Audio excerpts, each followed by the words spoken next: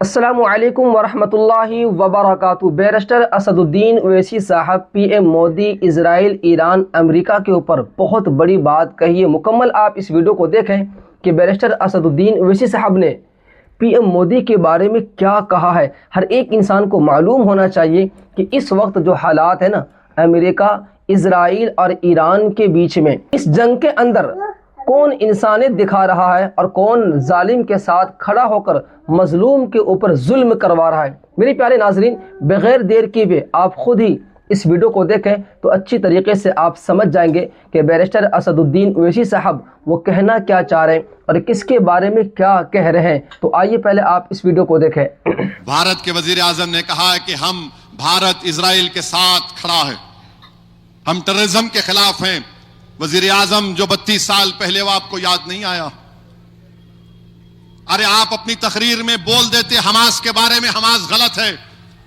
70,000 से ज्यादा 73,000 कंफर्म मौतें हुई हैं, कंफर्म मुसद्दक़ा यानी उनकी लाश मिली, मगर जो मिसिंग है वो 5 लाख से ज्यादा मिसिंग है। तो लोग बोल रहे कि कम से कम 6 लाख फलस्तीनियों की मौत हुई है। हमारे वजीर आजम खड़े होकर बोलते हैं हम इजराइल के साथ खड़े हैं।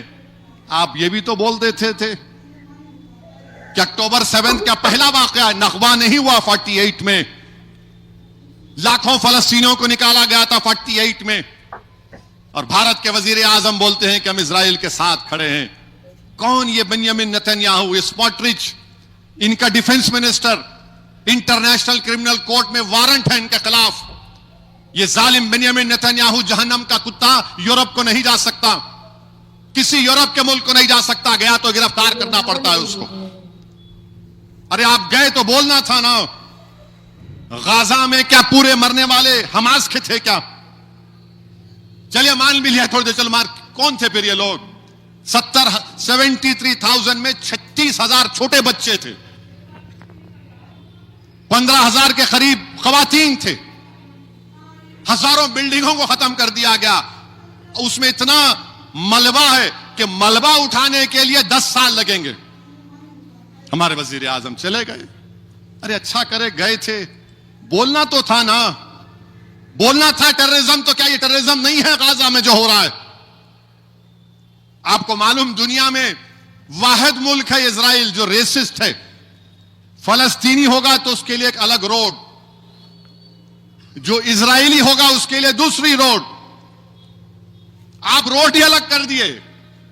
ओपन जेल है वेस्ट बैंक, मगरबी किनारा एक, और गाजा एक ओपन जेल है, और मगरबी किनारे में फलस्तीनियों के घरों को तोड़ तोड़ कर वहां पर ये जालिम ज़ायनिस्ट लोग वहां पर घर बना रहे हैं। वजीर आजम वो भी नहीं बोलते।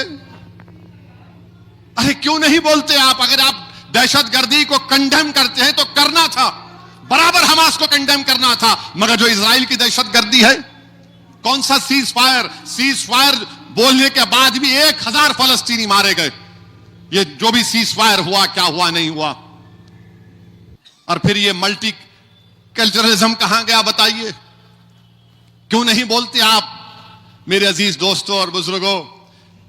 और ये तमाम बीजेपी आरएसएस के लोग बोल रहे हैं हम इजराइल से हथियार खरीदते। अरे फुकट में दे रहा, 20 बिलियन का हथियार खरीदे अब 2020 से 24 तक। कोई भी देता हथियार आपको, क्या फ्री में बांट रहा हूं ने?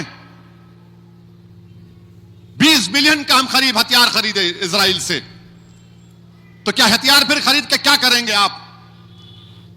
ठीक है, देश की सुरक्षा के लिए, डिफेंस के लिए होगा, मगर आप इतने भी तो कमजोर नहीं हैं कि आप उनको याद दिला सकें। मुल्क से बाहर जाते तो आप बोलते कि मैं गांधी के मुल्क से आया हूं। मैं गांधी के मुल्क से अगर आया हूं तो फिर इजराइल की दहशतगर्दी पर कुछ तो बोलते। और फिर अब बोलते नहीं बांग्लादेश में हिंदुओं से हो रहा है, उसका भी कंडेम करें हम, उसका भी तो कंडेम करें। तुम भिजा दो औरत को यहां से, मामला ठीक हो जाएगा बांग्लादेश से। जी देख लिया आपने बैरिस्टर असदुद्दीन ओवैसी साहब ने क्या कहा। मेरे प्यारे नाजरीन, दुआ करें हम सब, क्योंकि जंग अच्छी चीज़ नहीं होती। जंग के अंदर बेशुमार बेगुनाह मासूम कम उम्र के बच्चे भी इस जंग के अंदर शहीद हो जाते हैं। याद रखें। इसलिए जंग अच्छी चीज़ नहीं है, एक जगह बैठकर मसले को हल कर लेना चाहिए। बाकी आप सबकी क्या राय है कमेंट बॉक्स में ज़रूर लिखें कि बैरिस्टर असदुद्दीन ओवैसी साहब ने जो कहा है वो सही है या गलत। अल्लाह हाफिज़।